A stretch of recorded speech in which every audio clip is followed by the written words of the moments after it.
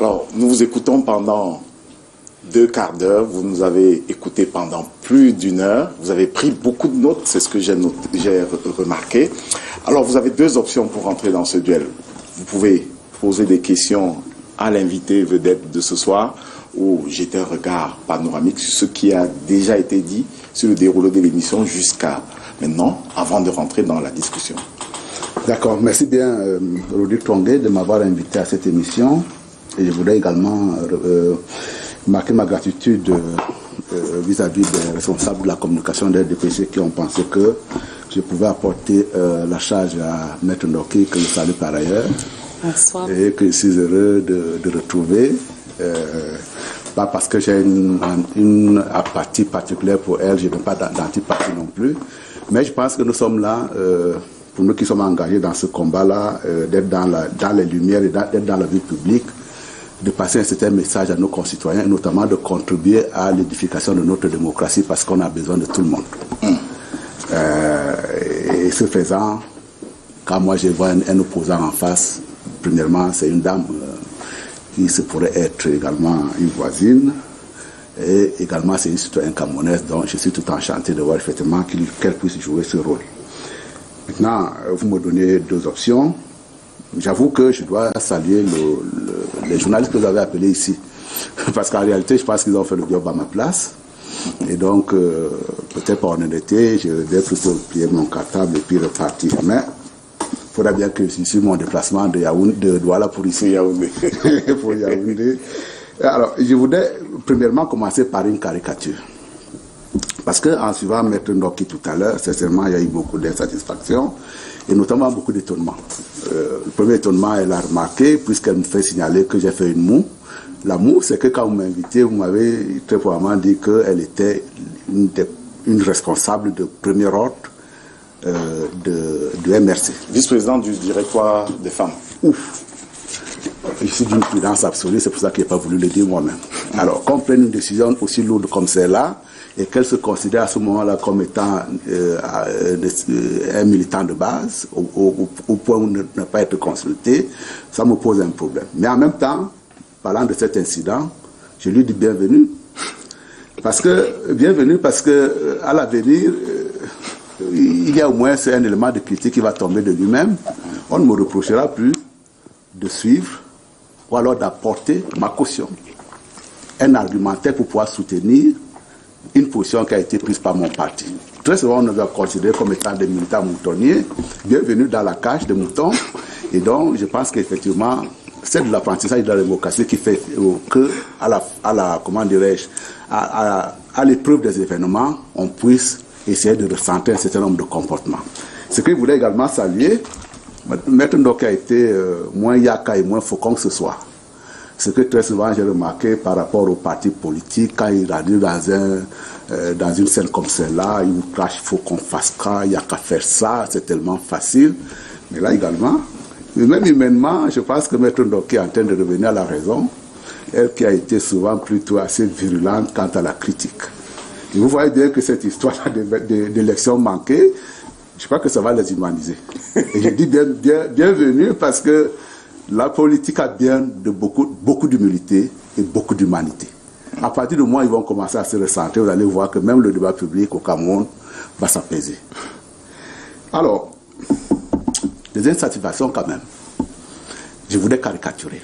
Dans une république, j'ai 3 règles que je voudrais partager avec elle. La première, c'est que dans une république, rien ne doit être considéré comme étant insupportable. Dans une république, rien ne doit être considéré comme étant insupportable. La deuxième, c'est que si dans notre vécu quotidien, dans notre entourage, dans notre environnement, la société nous impose des choses que nous considérons comme étant insupportables, il faut revenir à la première règle. Parce que la République, très souvent, vous donne des mécanismes de résolution de toute forme de conflit, de toute forme de problème. La troisième règle, c'est que lorsqu'à un moment donné de l'évolution de la société, et la démocratie elle est faite en cela, vous vous sentez minoritaire dans l'opinion, vous supporterez le temps que vous devenez majoritaire, que la majorité puisse vous donner le chemin à suivre. Et en cela, vous ne pouvez jamais prendre des armes. Maître Ndoki me désole quand il rentre dans une espèce de connivence à pouvoir justifier la crise du Nord-Ouest et du Sud-Ouest. Cette connivence-là me gêne profondément. Et notamment, et là aussi quand je dis, Rodrigue Songhebou également, il doit vous remercier, quand vous lui dites qu'est-ce que vous nous donnez comme solution, il faut négocier. Très bien. Mais il faut négocier dans un cadre également institutionnel qui ne laisse pas la place à la surenchère. Dans le cas du Nord-Ouest et du Sud-Ouest, on a été confronté à la notion de surenchère. Et quand le président de la République, lors d'un discours, dit « nous avons même été au-delà de la revendication », ça veut dire effectivement qu'on a été au-delà de la revendication, et c'est parce qu'il y a eu de la surenchère. Dans une république, on a refusé de respecter la première règle que je venais d'énoncer tout à l'heure, et la deuxième règle, qu'on en est arrivé à porter les armes contre ses propres citoyens. Il n'y a pas de place à cela. Et il n'y a pas de justification à trouver comme elle a essayé tout le temps de le faire. Le gouvernement n'a pas fait ceci, on n'a pas suffisamment négocié. Il n'y a pas de place à cela. Il y a dans une société également une autre métaphore que je peux vous imposer ici, c'est celui de la digue, des digues. La société elle fonctionne sous forme de digue. Il y a une digue sociale qui peut fonctionner à l'intérieur de la société primaire, dans laquelle on vous dit par exemple, il faut saluer son voisin quand on sort, il faut être poli. On ne vole pas la chose du voisin. On ne fait pas ceci ou cela. Et cette digue-là, elle va tenir. Parce que les autres digues qui fonctionnent en aval peuvent être débordées si la première digue cède. Qu'est-ce que je veux dire par là? Dans le cas du Nord-Ouest et du Sud-Ouest, on a cautionné la déviance. On a admis qu'à un moment donné, parce qu'on pense que la crise du Nord-Ouest et du Sud, on peut l'utiliser comme étant un élément politique, on a toléré la prise des armes. C'est quand même très grave de tolérer, d'accepter, de comprendre que dans une république, des bandes d'individus peuvent se former, prendre des armes et commencer à recruter les autres. Sauf qu'aujourd'hui, on en est à se plaindre, parce qu'on l'a toléré, on en est à se plaindre en disant, mais tout de même, on ne peut pas faire une élection au Nord-Ouest et au Sud parce qu'il y a une prise d'armes. On aurait dû y penser avant. Et c'est également dans ce cadre-là, quand vous avez parlé tout à l'heure, il va peut-être aller à bâton rompu sur son empressement à être jugé. Maître Ndoki, la Bible nous enseigne également qu'il faut être patient. Et dans le cadre effectivement de on passe de minoritaire à majoritaire, c'est la patience également qui s'impose à tout le monde. Vous attendez votre heure. Et dans ce qu'on a toléré dans le Nord-Ouest et le Sud-Ouest, effectivement, c'est l'ensemble de tout ça. Et je ne comprends absolument pas qu'on en est encore aujourd'hui, où on essaie de trouver un certain nombre d'arguments, et qu'il en soit encore à dire on aurait dû faire cela. Maître Ndoki est juriste. Voilà une question que je pose dans un débat un jour. Et je vais voir, j'ai été maltraité pour cela. Je suis anglophone, non, francophone. Et il y a un ami anglophone qui vient me voir, à Yaoundé, voilà, c'est cela. Dans le cadre, je ne sais pas moi, d'une affaire que nous traitons ensemble, et finalement, on ne se comprend plus. Et moi, naïvement, je dis, mais à ce moment-là, qu'est-ce qu'on fait? Je l'amène à Bonandio pour porter plainte? Oui, il va me dire, non, attends, on va d'abord à Idenao ou à Gouéa, pour qu'on puisse me juger, parce que moi, étant anglophone, je ne peux répondre que du common law. Elle-même, elle en a rajouté tout à l'heure. À partir du moment où vous avez un système dans lequel il y a des gens qui ont été formés sous le code civil, quand ils se retrouvent à Bamenda, qu'est-ce qu'ils font? La réponse, en ce qui me concerne, a été terrible. On m'a dit, idiot, vous n'avez rien compris. Il y a une compétence juridictionnelle qui existe. Oui, j'ai peut-être pas fait des cours de droit, mais je pense qu'il y en a fait suffisamment. En réalité, la question que je posais, et que je vais encore reposer à Maître Ndoki, c'est l'insécurité judiciaire et juridictionnelle que le fait d'avoir deux systèmes différents à l'intérieur d'une même nation qui se pose. Vous êtes en francophone à un moment donné, vous savez plus ou moins la règle. Quand vous allez de l'autre côté, on va vous appliquer une règle qui n'est pas la vôtre. Est-ce qu'il ne serait pas mieux de trouver un système qui puisse résoudre nos problèmes au quotidien. Je suis également désolé d'entendre un certain nombre de propos sortir,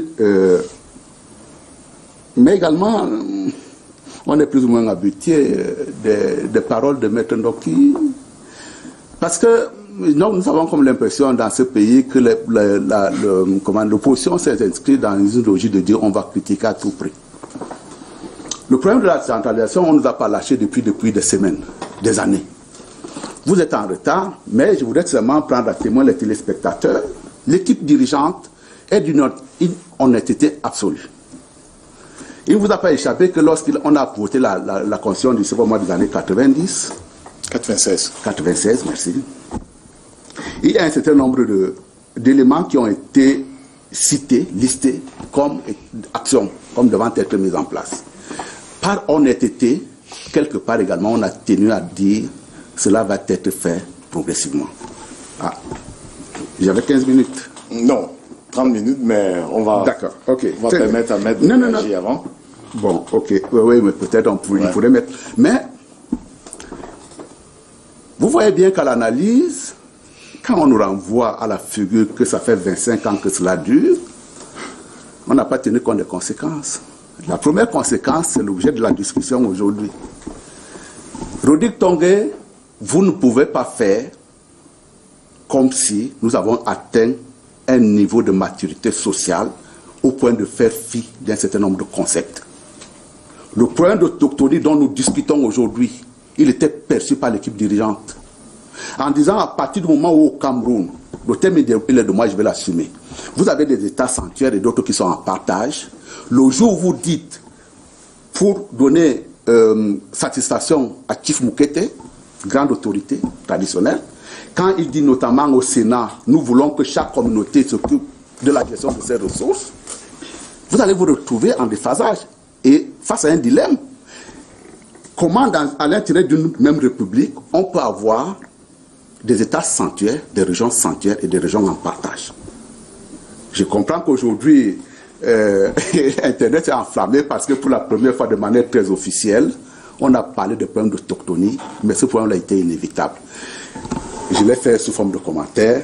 Je pense qu'effectivement, elle a besoin de faire des réactions.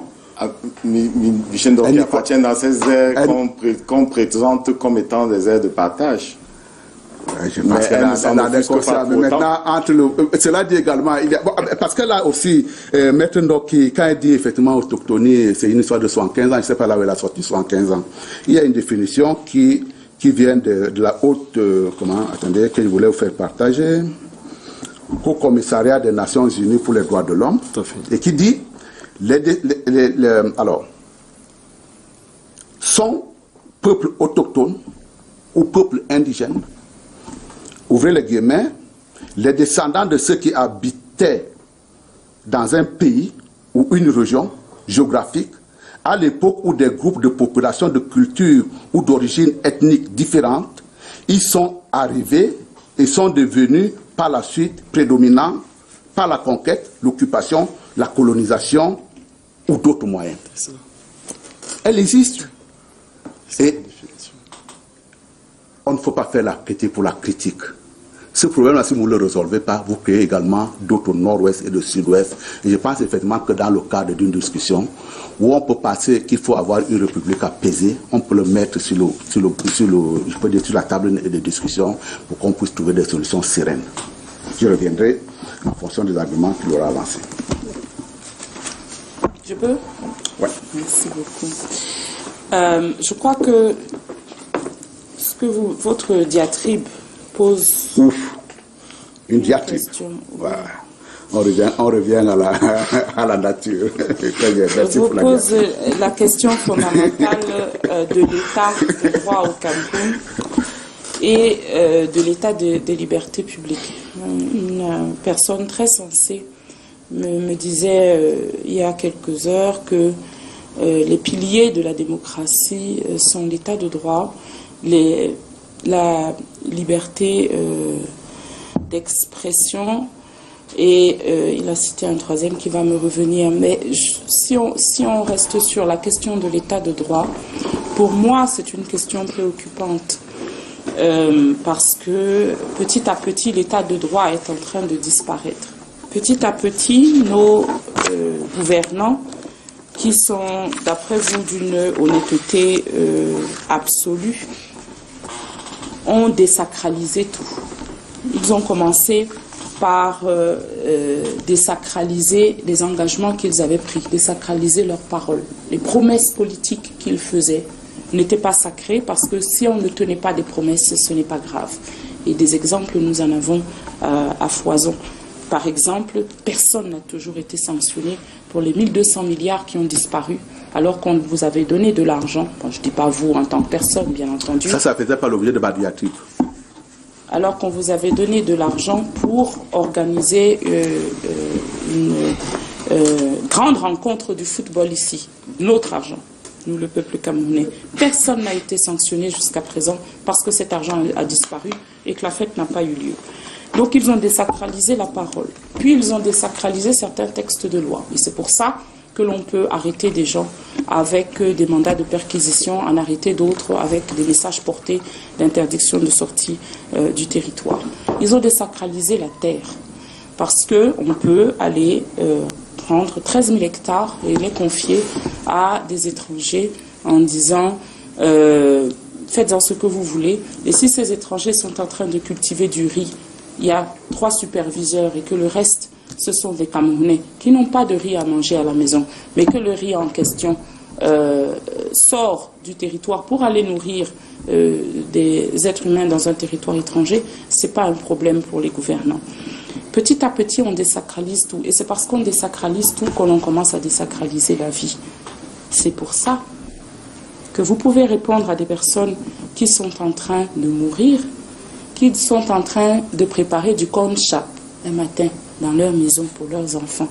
Et puis, des inconnus arrivent, brûlent la maison, violent les femmes, assassinent et s'en vont. Que, je vous cite, rien n'est insupportable. Et si c'est insupportable, eh bien revenez à la première règle qui est que rien n'est insupportable.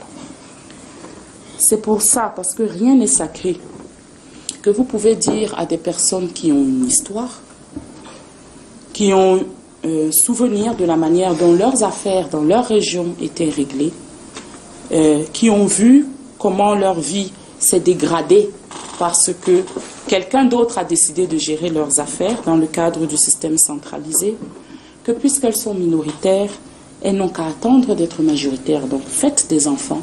Et si un jour les anglophones je n'ai pas parlé de majorité géographique. J'ai dit en matière d'opinion, c'est à un moment donné, on vous a mis en minorité parce qu'on n'avait pas fait les 51%.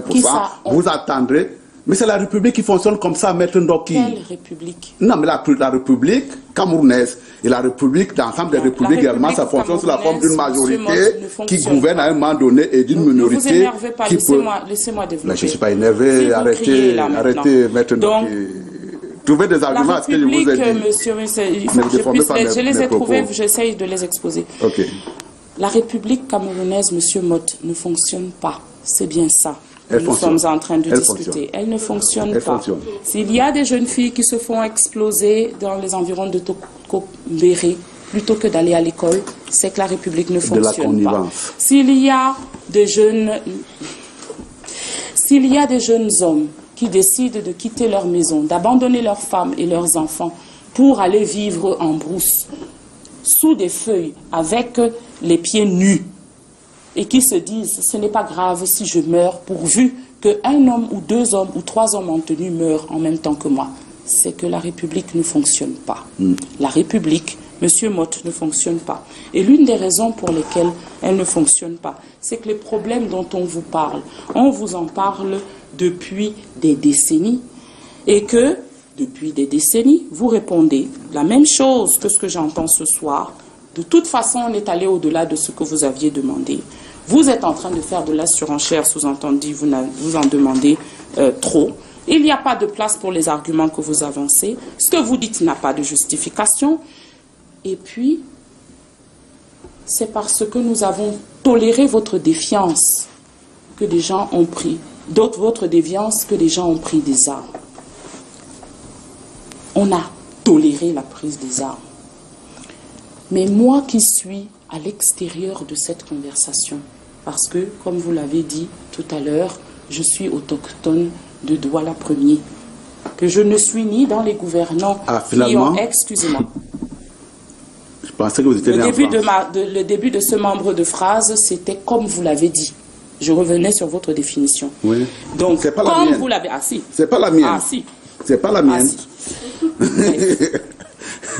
Supposons donc que je suis autochtone de Paris, puisque je suis née. Non, quand le 10 ans, vous avez fait une erreur parce qu'on ne parlait pas ici du droit du sol. On ne parlait pas du droit du sol. Nous sommes en train de parler de choses plus sérieuses. Mais ne vous me prêtez chaque fois des paroles. Évitons les polémiques sur des sujets ancillaires, s'il vous plaît. Moi qui ne suis pas concernée par ce problème, parce que je ne suis ni victime d'exactions multiples, ni combattant séparatistes armés. Je vous dis seulement qu'il y a 2 ans, je me suis installée à Limbé avec mes enfants. Et que dans cette République qui marche, j'ai dû laisser mon appartement et aller squatter dans ma belle famille à Yaoundé, ramener mes enfants à Yaoundé. Parce que dans cette République qui marche, je ne peux plus envoyer mes enfants à l'école à Limbé et penser qu'ils sont en sécurité.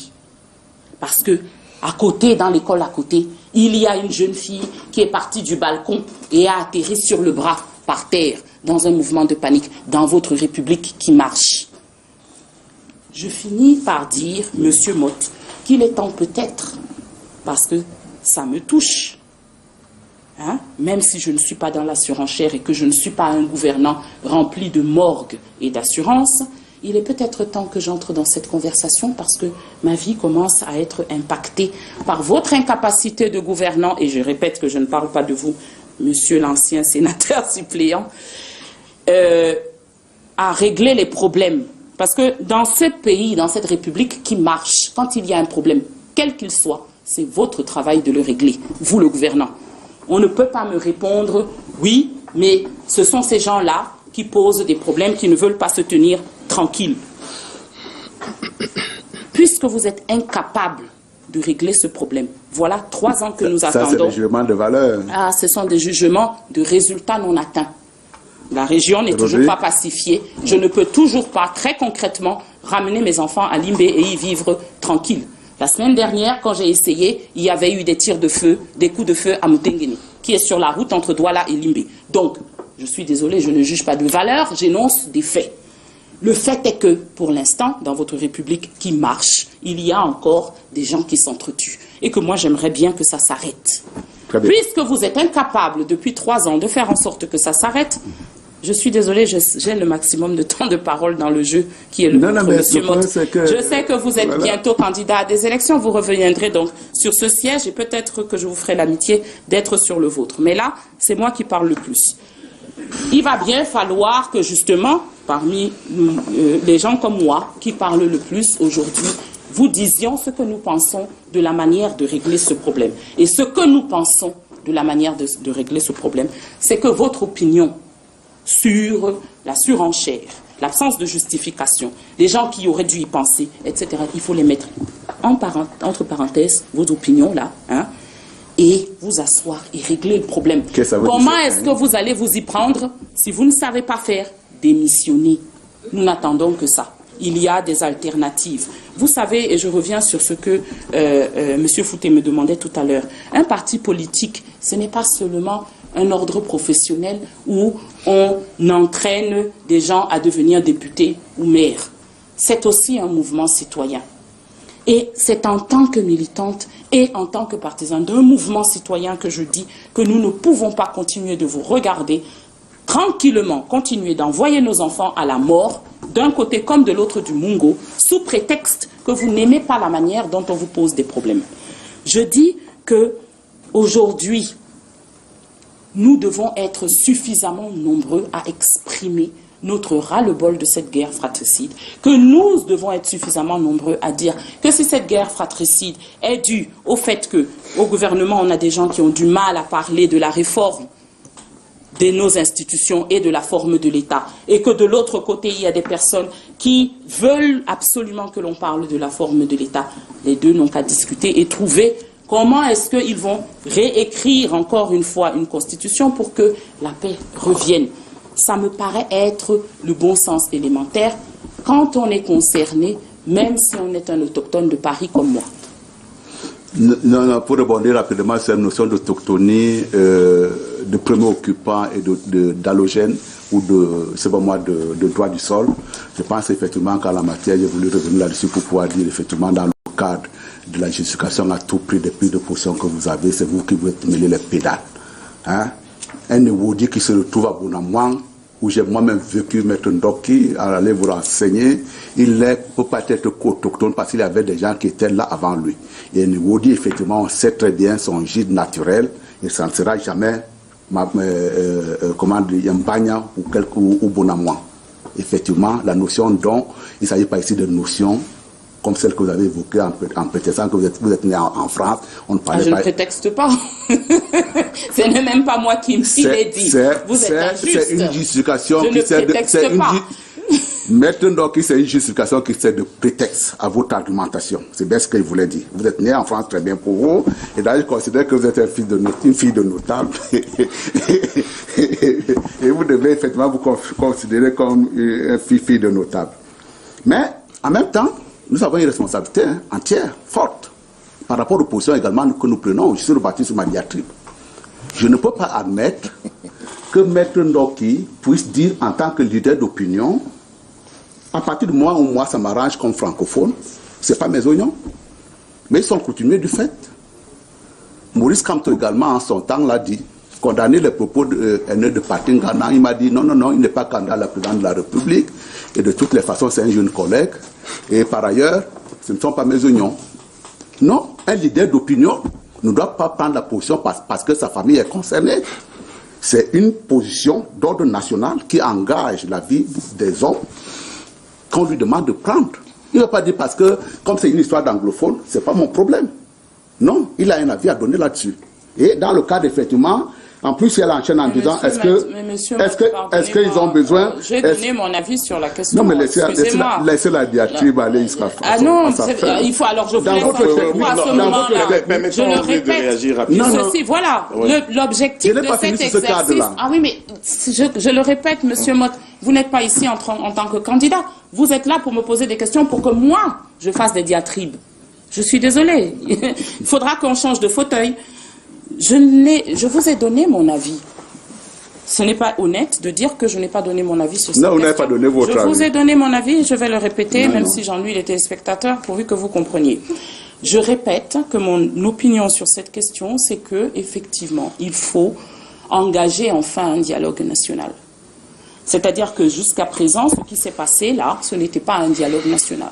Je l'ai dit à plusieurs reprises et de plusieurs manières différentes, on doit asseoir les leaders de la contestation. On doit laisser sortir, faire sortir de prison les centaines de personnes, les milliers, qu'est-ce que je raconte, les milliers de personnes que l'on a arrêtées jusqu'ici, celles qu'on est allé prendre au Nigeria. Vous voyez, là, je commence à exposer mon opinion et vous ne voulez pas l'entendre. Vous avez le temps nécessaire pour ça. On est là en face d'un duel. Vous revenez sur les choses que vous avez dites avant. Ah, donc finalement, je vous ai donné mon opinion. Vous l'avez entendu alors. Très bien. Donc ne dites pas que je n'ai pas donné. Et puisque vous l'avez entendu, je ne répète pas. Par ailleurs, quand on dit à Maître Ndoki, vous ne pouvez pas faire de l'incitation au terrorisme. Elle vous dit volontiers, non, pourquoi est-ce que moi je ne peux pas avoir ce genre de position à partir du moment où... Non. Non, je vous dis... C'est fort condamnable en ce qui concerne un leader d'opinion. Je vous dis que ça ne répond pas à la définition d'apologie du terrorisme. Par ailleurs, juriste, de tenir ce genre de propos. Mais je peux également le comprendre. Parce que j'aime bien... Ah, vous comprenez l'apologie du terrorisme, vous? Je peux comprendre vos propos. Et voici M. Mott devenu un terroriste en puissance. Je peux comprendre vos propos, Maître Ndoki. Laissez-moi Quelle parler. évolution Parce que je vous suis. En quelques minutes. Parce que là également... Vous êtes passé de contestataire à terroriste en quelques minutes.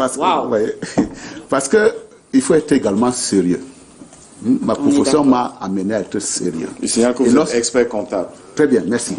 Et donc, dans tout ce que je fais, j'essaie effectivement d'avoir le maximum d'informations possibles par rapport à la position que je prends. En même temps également, ce que je lui reproche, c'est son manque d'objectivité, de froideur dans l'analyse. Mais en même temps, quand vous suivez Maître Ndoki dans son évolution au quotidien, je tombe sur une émission, une interview qu'elle a donnée le 27 octobre 2018 à 7 minutes pour convaincre, où elle tient ses propos. J'ai été très sensible à ce qui s'est passé au Burkina Faso en 2014. Il n'y a eu rien de malheureux au Burkina Faso en 2014. Oui, si. Ah bon? Les propos sont de lui. Il y a une insurrection populaire qui a balayé un régime en place. Et ma question, c'est de dire effectivement, Maître Ndoki qui défend la République, est-ce qu'elle serait pour l'insurrection populaire? C'est la question que je suis pour ce qui s'est passé. Je vais répondre. Oui, non, vous voulez savoir si je suis pour... Ah non, vous allez me laisser répondre. Est-ce que je suis pour ce qui s'est passé au Burkina Faso? Oui.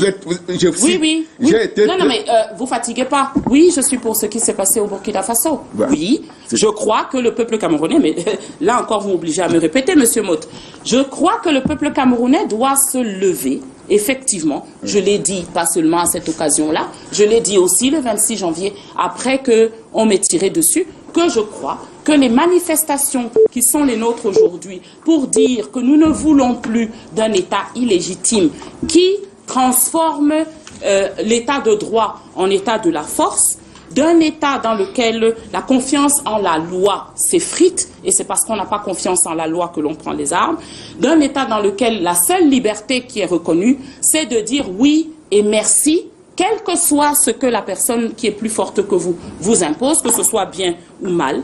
Oui, je pense que ceux qui ne sont pas d'accord avec cet État, cet effritement de l'État de droit, doivent le dire. Et oui, j'espère qu'ils sont des millions à ne pas être d'accord. Je n'espère pas seulement d'ailleurs. Je suis persuadée qu'ils sont des millions à ne pas être d'accord. Et je crois qu'il faut qu'ils le disent. C'est clair. Parce que vous savez, la définition qui pour vous est la définition de la République, selon laquelle, quel que soit ce que l'on fait, rien n'est insupportable. Ne sais pas ce que j'ai dit. Si, c'est une règle. Rien n'est insupportable. Si c'est insupportable, revenir à la première règle, oui. Ça là, il y a quelque temps, ça s'appelait l'esclavage. D'accord. Et vraiment, beaucoup de gens sont morts pour qu'on y mette fin. Nous n'avons pas l'intention d'y revenir. Je peux? Oui. Très bien. Nous avons encore 3 minutes. Non, donnez-vous le temps nécessaire. À partir du moment où Maître Ndoki, à partir du moment où Maître Ndoki dit effectivement à haute et intelligible voix, je suis pour la démarche insurrectionnelle. Ce n'est pas ce que j'ai dit à haute et intelligible. Alors vous savez pas ce que ça veut dire haute et intelligible voix. Le problème qu'elle pose. Faites attention aux expressions que vous utilisez. Le problème qu'elle pose après sur la liberté, le respect des libertés individuelles a tout son sens. Parce que là également, je vais dans la documentation et je trouve que ce soit en 1789, on vient de guillotiner le roi, où on parle des déclarations, déclaration de l'homme et du citoyen, que ce soit en 1948, où on parle de la Déclaration universelle des droits de l'homme, que ce soit tout récemment en ce qui concerne l'Afrique, où on vous parle effectivement des droits similaires, vous verrez que chaque fois, il y a un article que le MRC et Maître Ndoki en tête évite soigneusement de citer. Et dans le cadre, effectivement, de ce qui se passait, à partir du moment où vous avez dit « je suis dans une démarche insurrectionnelle », vous êtes hors la loi. Je répète que je ne l'ai pas dit. Pas parce que la loi camerounaise le dit, mais parce que lorsque vous prenez, par exemple, la Déclaration universelle des droits de l'homme, article 29, alinéa 2, on vous dit « dans l'exercice des droits et des jouissances de ces libertés, chacun n'est soumis qu'aux limitations établies par la loi, exclusivement en vue d'assurer la reconnaissance et le respect des droits et des libertés d'autrui et afin de satisfaire aux justes exigences de la morale et de l'ordre public. » Tout à fait. Bien. Si je vais encore plus loin, mais écoutez, si ça vous satisfait, je ne lis pas les autres. S'il vous plaît, parce ne que lisez même, pas les autres parce que non, ça mais je ne lirai pas les autres parce que même lorsqu'on vient de guillotiner le roi en 1787, l'article 4 dit effectivement il y a une limite à la liberté individuelle. Tout à fait. Et à partir du moment où elle a admis elle a admis... Non, ne dites pas ce que j'ai admis, je vais le faire. Non, mais c'est vrai, je vais le faire. Je suis encore là, vous avez de la chance. Ça suffit à mon bonheur. Je ne souhaiterais pas effectivement je vais revenir, je vais répéter ce que vous avez lu, mais que vous avez peut-être pas tout à fait assimilé. Les lois. Non, attendez, j'ai dit peut-être, monsieur. Un peu plus de respect. J'ai été très respectueux. Monsieur ne vous formalisez pas, j'ai dit peut-être. Non, vous me devez de respect au même titre que je vous le dois. Mais c'est pour ça que je dis peut-être, vous arrêtez avec ce genre de cas de langage qui n'a rien à faire. Parce qu'en plus, Maître Ndoki, en matière de compréhension, en matière de compréhension, vous êtes mieux que moi, vous êtes expert comptable. C'est bien de l'avoir reconnu. Voilà. Je suis expert comptable, madame. Est-ce que je peux revenir sur notre sujet de conversation? Et en matière effectivement de compréhension de la loi également. Vous n'êtes plus sénateur suppléant, je suis obligé de dire monsieur l'expert comptable. Vous savez pourquoi elle a dit si sénateur suppléant? Parce que sur d'autres sujets, on reviendra pas. Elle pour un sujet de moquerie. On reviendra pas dessus. Effectivement, je considère que dans la vie, il faut avoir de la patience et de l'humilité. J'ai fait la preuve, Maître Ndoki. Donc, monsieur l'expert comptable, je disais que ce que l'on dit dans votre texte, celui que vous venez de citer là, que vous pourriez relire pour les téléspectateurs, c'est que on n'a pas le droit de s'insurger en remettant en cause des autorités légitimes et établies. Qu'on n'a pas le droit, par la violence, de mettre à bas ce qui est interdit. Pour prendre une illustration concrète, ce sont les coups d'État. C'est la destruction. C'est la destruction, oui, parce que c'est ça l'insurrection. C'est d'avoir une autorité qui est établie légitimement à l'issue d'un processus démocratique et accepté par tout le monde, et une minorité qui se lève derrière pour dire, comme moi je ne suis pas content, minoritaire ou pas, je vais renverser ce pouvoir-là par la violence. La loi, monsieur Mott, laissez-moi terminer. La loi, monsieur Mott, dit que nous avons le droit de manifester. La Constitution, il va falloir que vous vous y habituiez. La Constitution camerounaise... Oui, réaction, ça veut dire qu'il faut que vous laissiez l'action aller jusqu'au bout. La Constitution, monsieur Mott, dit que vous devez accepter que les gens manifestent leur désapprobation. Il y a une loi le droit, vous n'êtes pas encore dans votre temps de réaction, monsieur Mott. Et oui, vous êtes expert comptable, je suis avocat, laissez-moi vous parler de la loi qui organise les manifestations. Maître Ndoki, renseignez-vous, j'ai une culture juridique qui est au-dessus de la vôtre. D'accord, mais... Je souhaiterais que vous le reteniez une fois pour toutes. Non, c'est retenu, voilà. Monsieur l'expert comptable. Vous avez une culture juridique, votre BPC dépasse mon bac. C'est bon?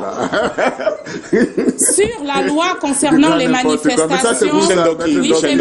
Expert comptable tout de même. Sur la loi concernant les manifestations, elle dit, article 1er, que le droit de manifester est un droit reconnu, consacré et inaliénable. Dans le cadre de la loi.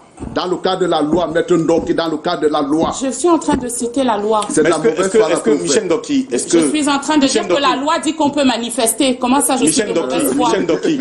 Donc, est-ce que le fait... À partir du moment où on peut... Je termine. Non, mais j'en ai pour 15 secondes. Voilà, oui. Ne vous laissez pas embarquer. C'est ça. Dans la mesure où la loi dit que je peux manifester, je dis que nous devons manifester notre désapprobation par rapport à la mauvaise gouvernance et à la mauvaise gestion actuelle des crises que nous traversons. Voilà, Michel Ndoki, est-ce que le fait pour vous de dire que vous n'êtes pas contre ce qui s'est passé au Burkina Faso en 2014 ne vous permet pas de comprendre ceux qui accusent ou soupçonnent le MRC de préparer une insurrection? Je les comprends.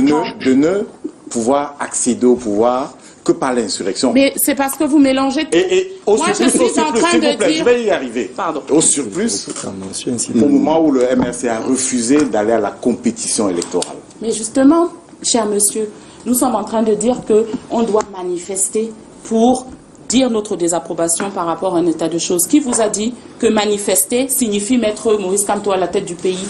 Je ne comprends pas vos raccourcis. C'est ça. Je n'ai pas parlé de Maurice Kamto. Si, je parlais du NRC, je n'ai pas parlé de Maurice Kamto. Mais alors, je vais dire qui vous a dit que ça veut dire mettre Rodrigue Tongué à la tête de l'État.